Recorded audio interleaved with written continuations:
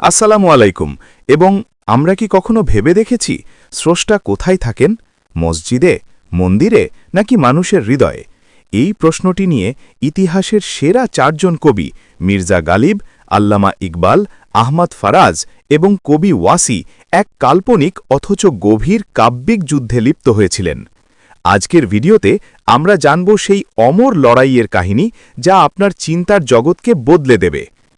গল্পটি শুরু হয় মির্জা গালিবকে দিয়ে। গালিব ছিলেন স্বাধীনচেতা। প্রচলিত আছে একবার তাকে মসজিদে মদ্যপান করতে দেখে লোকজন ক্ষিপ্ত হয়ে বললেন, গালিব, এটি আল্লাহর ঘর, এখানে পাপ কাজ করো না। তখন গালিব তার বিখ্যাত সেই শেরটি আওড়ালেন, শরাব পিনে দে মসজিদ মে बैठकर ইয়া वो जगह बता যাহা খুদা নেহি। অর্থাৎ, আমাকে মসজিদে বসেই পান করতে দাও, নয়তো এমন কোনো জায়গার নাম বলো যেখানে স্রষ্টা নেই। গালিবের যুক্তি ছিল সহজ। সৃষ্টিকর্তা যদি সর্বত্র থাকেন, তবে মসজিদের ভেতর আর বাইরের পার্থক্য কোথায়? গালিবের এই কথার বহু বছর পর দার্শনিক কবি আল্লামা ইকবাল এর এক চমৎকার জবাব দেন। তিনি গালিবের প্রতি সম্মান রেখেই বললেন, মসজিদ খুদা কা ঘর হ্যায়, পিনে কি জায়গা নেহি, কাফির কে দিল মে যা, ওয়াহা খুদা নেহি।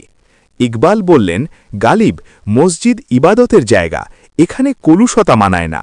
তুমি যদি এমন জায়গা খুঁজতেই চাও যেখানে খুদা নেই, তবে কোনো কাফির বা অবিশ্বাসী মানুষের হৃদয়ে গিয়ে দেখো, সেখানে হয়তো তাকে পাবে না। লড়াইটা এখানেই থামেনি।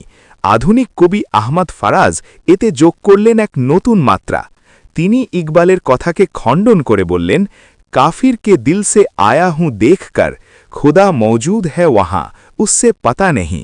ফারাজ বললেন, আমি সেই অবিশ্বাসীর হৃদয়েও উঁকি দিয়ে দেখেছি, স্রষ্টা সেখানেও আছেন, পরম মমতায় বসে আছেন, কিন্তু সেই মানুষটি নিজেই তা জানে না।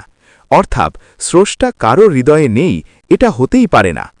এরপর কবি ওয়াসি এবং শাকি এই বিতর্ককে নিয়ে গেলেন জান্নাত পর্যন্ত। ওয়াসি বললেন, দুনিয়া তো স্রষ্টায় পূর্ণ, পান করতে হলে জান্নাতে যাও, যেখানে কোনো মানা নেই।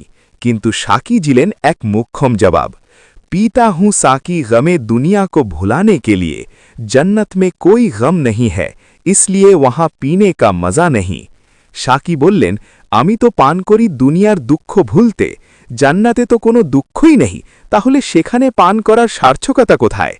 এই বিতর্ক আমাদের মনে করিয়ে দেয় যে মানুষের আবেগ আর আধ্যাত্মিকতা কত গভীরে হতে পারে।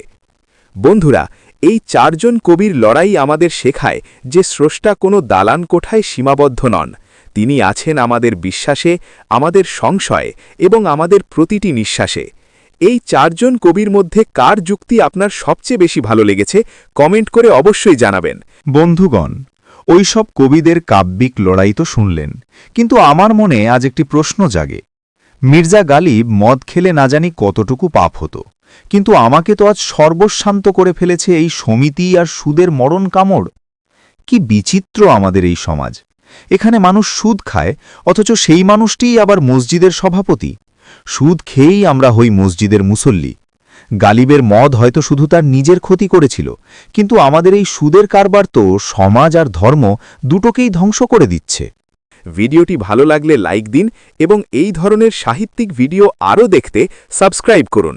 দেখা হবে পরের ভিডিওতে। খোদা হাফিজ।